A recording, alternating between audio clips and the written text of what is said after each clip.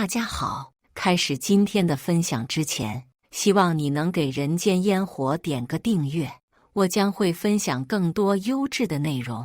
丈夫的白月光苏月把我儿子4000块钱卖给了人贩子，等到我们匆匆赶去山区时，只在猪圈发现了儿子小小的尸体。可丈夫孔凡辉却不仅不怪他，甚至还签下了谅解书替苏月洗脱罪名。伤心之际，曾经的追求者顾叶明却找到了我。青青，只要你离婚嫁给我，我就帮你把苏月送进监狱。为了给儿子报仇，让苏月受到应有的惩罚，我毫不犹豫地就答应了顾叶明的要求。在亲眼看到苏月被关进监狱的视频过后，我履行承诺嫁给了他。可婚后7年，我却在海边亲眼目睹他帮苏月擦着防晒霜，旁边还有一个小男孩调皮地将排球扔来扔去。阿明，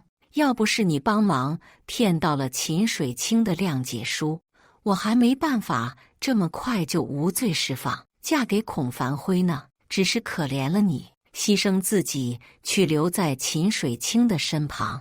顾叶明满眼爱意，只要你幸福，受再多苦我都愿意。看着眼前和谐幸福的一家3口，我流着泪拨通了陈哥的电话。陈哥，先别金盆洗手，帮我绑个人。海边的太阳火辣辣地照耀着，我戴着墨镜躲在伞下，死死地注视着不远处的一家3口。我就是心疼你。苏月暧昧地抚上了顾叶明的脖子，一双无辜的小鹿眼含情脉脉。和一个不爱的人生活在一起，是多么的痛苦啊！顾叶明的手覆盖在苏月裸露的后背上，后头滚了滚，一脸隐忍的模样。为了月儿，我甘之如饴。苏月嘻嘻一笑，半偏着头向顾叶明看去，媚眼如丝。我就知道，阿明你对我最好了。以前你就为了让我和孔凡辉在一起，跑去苦追了秦水清好几年，现在又为了我和孔凡辉结婚，自己去娶了秦水清。阿明，晚上来找我好吗？有一个奖励给你哦。说着，他轻笑着往顾叶明的裤子里塞入了一张薄薄的房卡。顾叶明几乎是瞬间便停下了动作，白皙的面皮上早已是一片绯红。月儿，我死死地捏着自己的掌心，指甲陷入肉里的刺痛感让我回过神来。原来我自以为幸福的婚姻，竟然是一场彻头彻尾的骗局。我闭上眼，眼泪顺着眼角流出，落在手腕上的红绳上面。这个小小的红绳是儿子孔连庆在我生日那天早上送给我的。那时的他才4岁，小小的身子扑在我的怀里，小心翼翼地在我的手腕上系上了这根红绳。妈妈，祝你生日快乐，天天开心。儿子扬起大大的笑脸，稚嫩的童声让我的心软得一塌糊涂。我亲了亲他的额头，目送着他进入了幼儿园，才放心离去。没想到，这就是我和他的最后一面。我和警察们在山区的某个小小猪圈里找到了儿子脏污的尸身，他是被冻死的。我抱着他冰凉的身子，嚎啕大哭。警察顺藤摸瓜，查出来是苏月主动将孩子交给了人贩子，可我的丈夫孔凡辉却将苏月护在身后。月儿一定不是故意的，他只是被人骗了，毕竟他向来都是单纯温和的，又怎么会故意杀了我的儿子呢？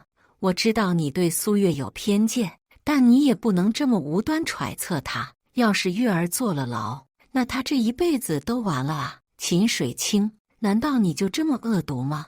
我不可置信地看着孔凡辉要给苏月签下谅解书，是顾叶明赶了过来，他小心地将我拥在怀里，心疼地抚摸着我脸上红肿的掌印。青青，别担心，我会帮你的。那时的他像是天神下凡，寄托着我的无限希望。可现在，我看着远处的其乐融融的三人，一颗心终于沉到谷底。苏月的儿子孔墨吵着要喝汽水，顾叶明怜爱地摸了摸孔墨的脑袋，朝一旁的小卖部走去。苏月在他身后大声地喊着：“阿明，不要冰的。”小莫的哮喘又严重了一些，泪水渐渐模糊了我的眼睛，心痛得我快要窒息了。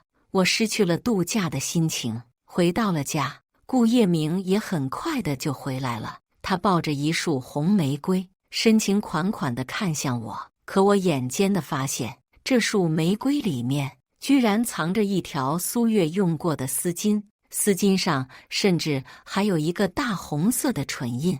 我一定要投诉那家花店。见我捻着那条丝巾细看，顾叶明有些慌乱地将丝巾夺过去，一把扔在了地上。做事情居然能这么不仔细。老婆，你不会怀疑我吧？我笑着摇摇头，忍着恶心抱住他，上面浓烈的橙花味道刺入了我的鼻腔。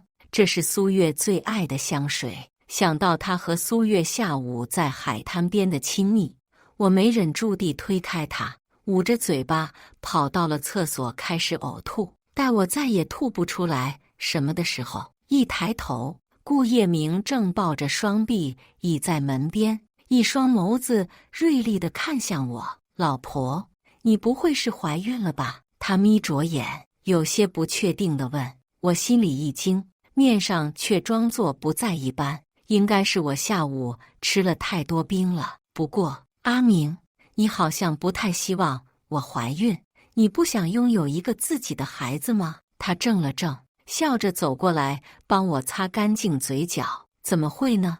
我只是担心你怀孕辛苦，怕你看见孩子就想起小珍。青青，我们就这样两个人在一起，不好吗？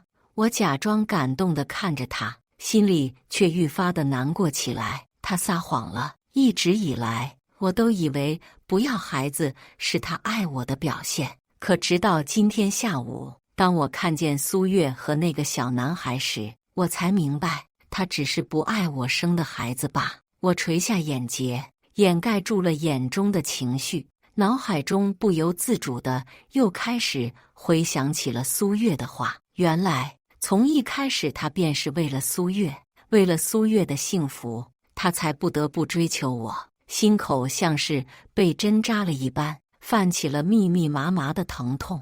我咬着唇，轻轻开口：“阿明，今晚是我们的结婚纪念日，我订了法餐，陪我出去庆祝一下好吗？”话音未落，顾叶明的身子顿时便僵住了。下一秒，手机铃声响起。他接通电话，匆匆几句后，转头有些抱歉地看向我：“对不起，青青，今晚上约了客户，下次再陪你去吃饭好吗？”说罢，也不等我回应，他便匆匆地转身出了门。过了很久很久，我才慢慢抬起头来，泪水早已经糊住了我的整张脸。顾叶明，再也没有下次了，我喃喃自语着。没有人回答我。空气里是无边的静默。趁着夜色，我抱着鲜花来到儿子的坟墓前。墓碑上，儿子看着我，浅浅微笑着。这是他4岁生日时在游乐园里照的。那天，孔繁辉难得的不忙着工作和陪伴苏月，我们一家3口便去了游乐园。因着这是有爸爸陪伴的第1个生日，小小的儿子高兴极了。就算孔繁辉频频心不在焉地看着手机，儿子都毫不失落。他抱着气球，冲镜头灿烂地笑着：“妈妈，你知道吗？这是我最快乐的一天，这也是我最幸福的照片。”他满足地看着相机里的自己，没想到这居然成了他的遗照。是妈妈没用。我跪坐在地，靠在墓碑上，细细地抚摸着照片上他笑着的眉眼。妈妈一定会给你报仇的，好吗？泪水从眼眶边落下，手机叮咚一声，收到了几条消息。照片上的苏月面色绯红，浑身赤裸地躺在同样浑身赤裸的顾叶明怀中，随着照片过来的还有一句话：你的2个男人味道都还不错呢。心里早已经没有半分波动，我木然地将这些东西都保存了下来，然后便联系了墓园的管理员，提出要将儿子的骨灰移出来。回到家后已经是半夜了，顾叶明还是没有回来。我面色如常地洗漱睡觉，一连3天他都没有回来，甚至连个电话和信息都没有。只有苏月每天都在锲而不舍地和我发着他与顾叶明的床照，我一一都保存了下来。这天下午，我刚拿到导师寄来的快递，得益于苏月的炫耀，我很轻易地就通过他的电话号码查到了他如今的身份信息。他果然在6年前就和孔凡辉结婚了，婚后不久就生下了孔墨。我驱车前往小学外，看见孔墨在3位保镖和2位保姆的陪同下上了车，一阵气愤的感觉涌了上来。儿子还在的时候，我曾经多次的想要在他身边配几个保镖保姆，可都被孔凡辉拒绝了。他说男孩子就是要从小得到锻炼，才不会长成一个巨婴。我有些悲哀地想，要是小珍身边有这么多的人看管，那苏月是不是就没有机会下手了？可惜一切都没有如果。我一路尾随过去，直到看见他们进了半山腰的别墅里。别墅依山傍水，我在车里坐了很久，直到夕阳西下，月影朦胧，我才终于下定决心一般，拨打了另一个电话号码。电话很快就被接通了，那头传来了一个苍老的男声：陈哥，帮我绑架一个孩子好吗？陈哥静默了一瞬，让我把孔墨的信息发给他。我颤抖着双手，将今天所拍摄到的所有内容发给了他。那头很快的就回复了：好的。顾叶明打来电话的时候，我刚做好了这一切。电话里的他声音温柔，语气中似乎还有一丝歉意。青青，对不起，我真的太忙了，我订了餐厅，你晚上一定要来好吗？就当做我的赔罪。说着便发来了一个地址。等我赶到那家私房菜馆的时候，小小的包厢里已经坐好了3个人：顾叶明、苏月、孔凡辉。推开门的时候，2个男人正一个给苏月斟茶，另一个给她挂好大衣。我的嘴角挂着一抹嗤笑，冷冷地看向顾叶明。他有些心虚地摸了摸鼻子，讨好地拉着我就坐。月儿刚刑满释放，说要请你吃一顿饭，我们都怕你不会答应，这才用借口把我骗出来是吗？我好笑地看着顾叶明。苏月柔柔弱弱地开口：青青，你也别怪阿明，是我，这里有你什么事情？我毫不留情地反呛回去。苏月的眼眶蓦地就红了。够了！一直没有说话的孔凡辉拍了一下桌子，皱着眉头怒斥着我：人家月儿好心好意地请你吃饭，你摆什么脸？我不留情地回呛回去：怎么，当初被他害死的不是你的儿子吗？青青，对不起。苏月突然跪在了地上，伸手捧着一个小小的礼盒：这是我的赔罪，你一定要收下呀。我冷冷地瞧着他演戏，没有动弹。顾叶明替我接了过来，递给我，神情也有了一丝不悦：秦水清，见好就收啊。他的语气暗含着一丝警告，接着便打开了礼盒，里面是一副针织品，小小的人儿被绳子捆起来，扔在一个凌乱又残破的地方。我抬头向苏月看去，他挑衅地对我勾起了嘴角。我上前一步，伸手便给了他一巴掌。还没等我说些什么，突然间地动山摇了起来，顾叶明和孔凡辉的脸色大变，同时向我们冲了过来。月儿，他们异口同声地喊着。天花板上掉下来了一根木横梁，眼看着就要砸到苏月。顾叶明脸色大变，狠狠地推开我，将苏月搂在怀里。我下意识地想要往外面跑，下一秒，那根横梁就砸在了我的身上，我没忍不住尖叫出声。顾叶明和孔凡辉的身影顿了顿，却都还是义无反顾地拥着苏月先行离开，心口像是被撕裂了一个大洞。我讽刺地勾起嘴角，嘲笑着自己居然还会对他们心有期望。再次醒过来后，医生面色不忍：“秦小姐，其他地没有大碍，只是你的孩子没有保住。”我抚摸着平坦的小腹，整个人瞬间僵在了原地。这里曾经有过一个孩子吗？医生摇了摇头，给我递过来一个盒子，里面正是一团血肉模糊的胎儿。我抱着盒子，捂着嘴哭了出声。我在医院住了3天，等我的伤好的差不多了，便马上买了出国的机票。很早之前，我便计划着这些事情，一切都被我收拾好了。当我拎着行李，最后一眼回望了一下这个城市后，一个陌生的号码发来了一则简短的讯息。OK， 我扔下电话卡，毅然决然地踏上了飞机。与此同时，顾叶明开开心心推开病房门，却只看见苏月哭嚎着向他扑来。顾叶明，莫不见了！顾叶明愣怔着站在原地，似乎没有听清楚苏月在说什么。苏月抱着顾叶明，哭得伤心。今天下午放学后，保姆们没有接到莫，他们打电话给老师，才知道下午莫根本都没有到学校。现在我们已经在各处都找过了，可根本都没有莫的影子。顾叶明，这可是你的孩子啊，是不是秦水清干的？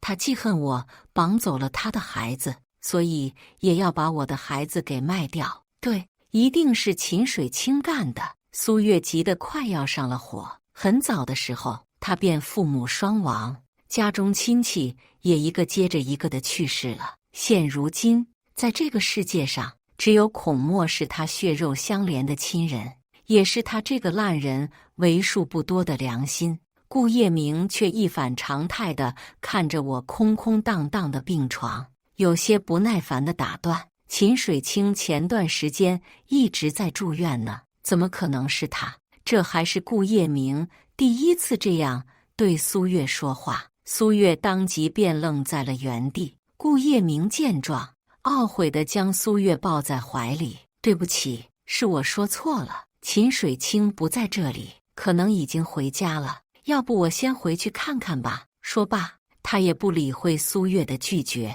推开他便驱车回家。空荡荡的家里似乎更加冷清了。顾叶明满屋子地叫着我的名字，没有任何人回应。直到他拉开衣柜时，才发现里面我的衣服全都清空了。这个家里竟是找不到半分我生活过的痕迹。他突然便慌了神。此时，一个快递被送了过来，顾叶明心中忽然有了一些不好的预感。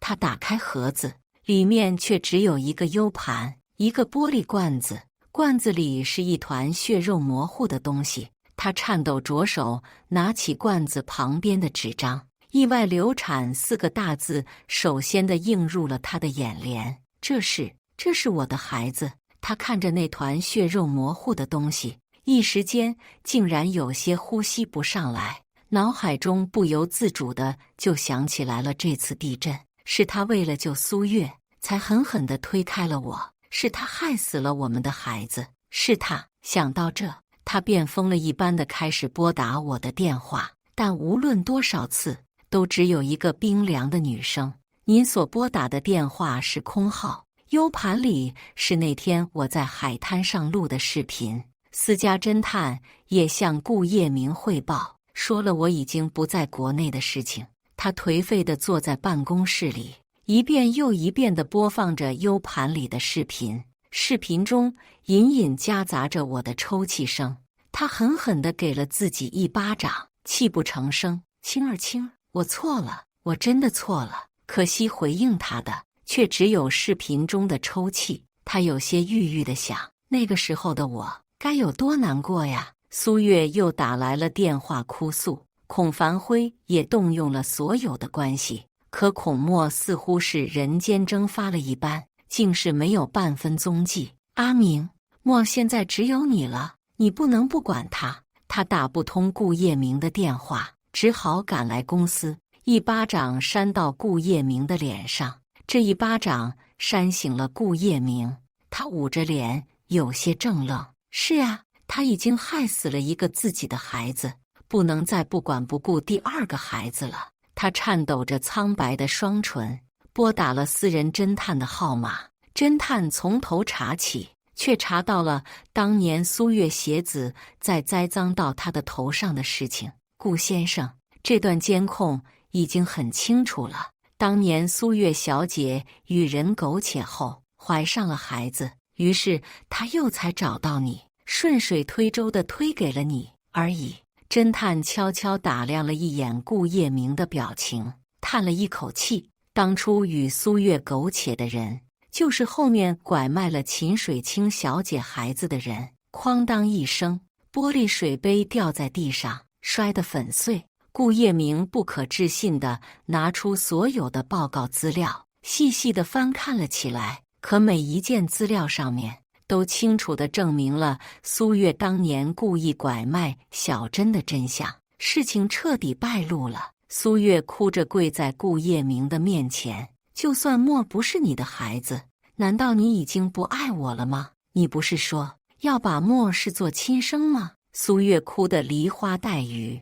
以前的顾叶明会心疼，但现在的他却只是感到几分不耐烦。他莫名的就想起来了秦水清，青儿从来不会这样哭，她总是笑盈盈的。这么多年来，只有小珍去世的时候，她才有过这样的哭泣。想起小珍，他的心里也不禁刺痛了一下，是他害了小珍。当年苏月哭着找他说，秦水清讨厌他，不愿意他再出现在孔繁辉面前，是他建议苏月可以与小珍打好关系，最好从接送小珍上下学开始，那样就算秦水清再不愿意，也没办法阻碍了。后来苏月就接走小珍，再后来就是小珍失踪了。你当初真的是无意的吗？他双手紧紧地捏着苏月的肩膀，红着眼睛，有些艰难地开口。苏月的哭诉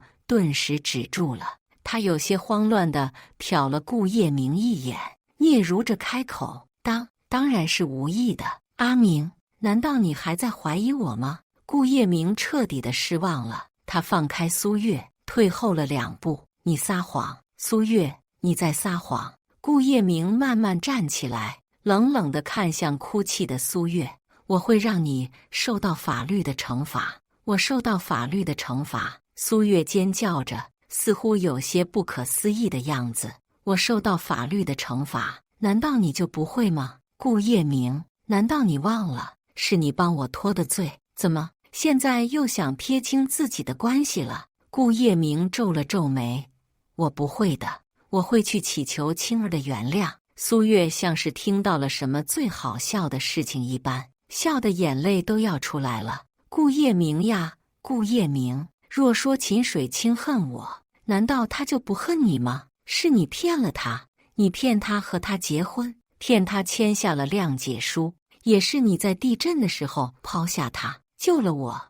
你现在又装什么深情无辜？顾叶明痛苦地闭上眼，他知道苏月说的是真的。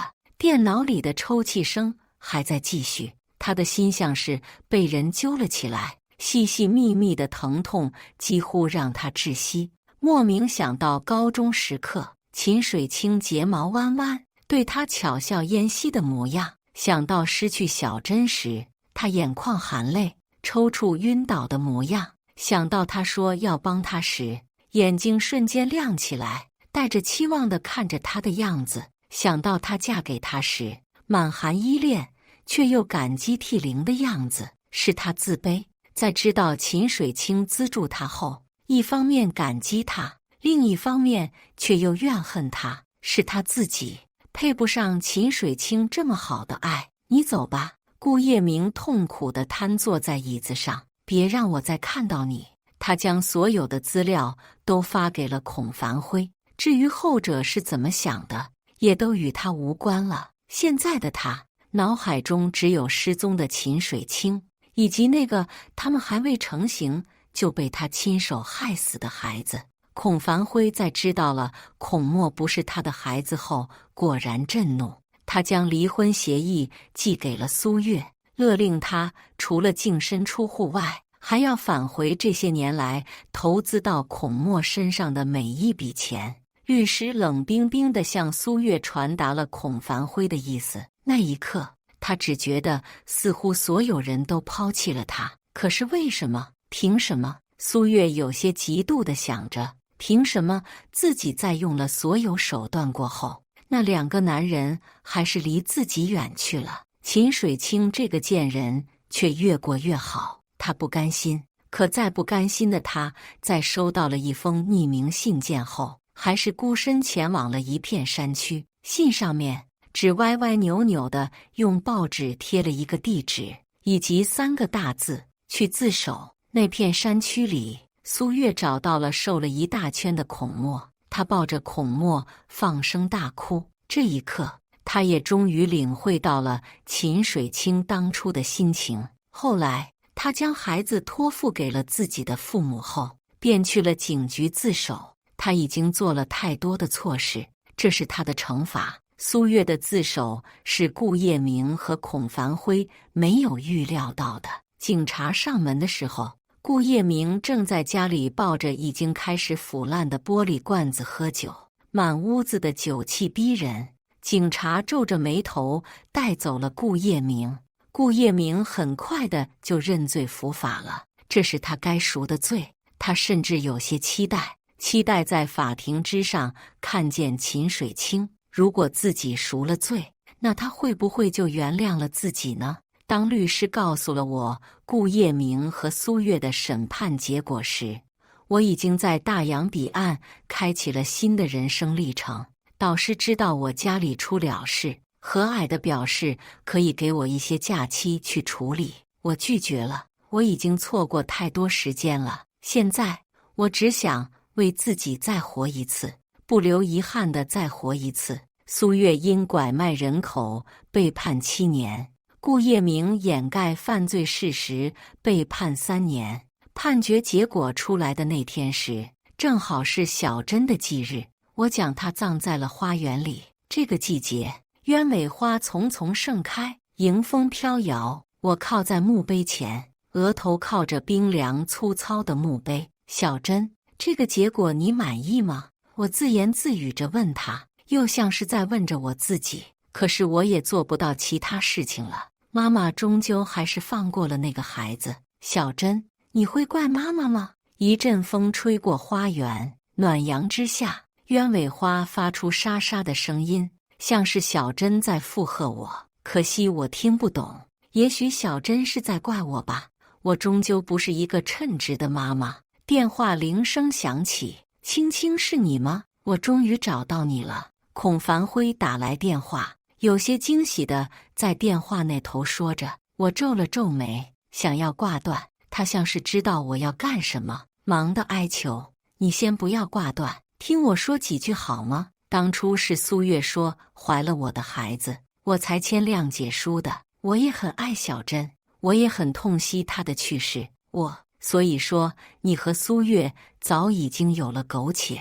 我打断他的话：孔繁辉，你知道吗？小珍每天都问我，爸爸为什么不回家呀？爸爸为什么每天都陪着苏月阿姨啊？说到这，我顿了顿，语气有些哽咽。4岁时小珍的生日，那是你第一次陪着她过生日，你不知道她有多快乐。可你最终还是撂下我们去陪苏月了。孔繁辉，你不配当她的爸爸。电话里的那边传来了孔繁辉低低的哭泣声，我也闭上眼，默默流泪。那天，苏月一个电话便叫走了孔繁辉，小小的小珍却抱着我，一双大眼睛满是担忧。妈妈，不要伤心，小珍会陪你一辈子的。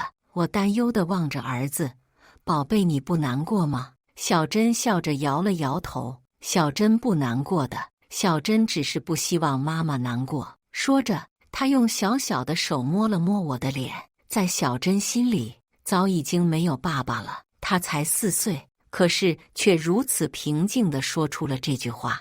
我望向紫色的鸢尾花海，泣不成声。第2次说道：“孔繁辉，你不配当他爸爸，我也不配当他的妈妈。”说罢，我挂断电话。阳光下，微风拂过我的面庞，吹掉了我脸庞上的泪珠。我呆愣在原地，小珍还是那样微微笑着，明媚又温柔的大眼睛看着我。妈妈，不要哭泣，妈妈，小珍会陪着你一辈子的。可我不想她陪我一辈子，我想她好好投胎，去一个更好的人家，过一辈子最幸福快乐的生活。风渐渐大了些，空旷的花园里，我似乎听见小珍稚嫩的童声，她在喊着妈妈。以上就是今天分享的故事，大家有什么想说的、想吐槽的，欢迎在下方评论交流，也更希望能给人间烟火点个订阅，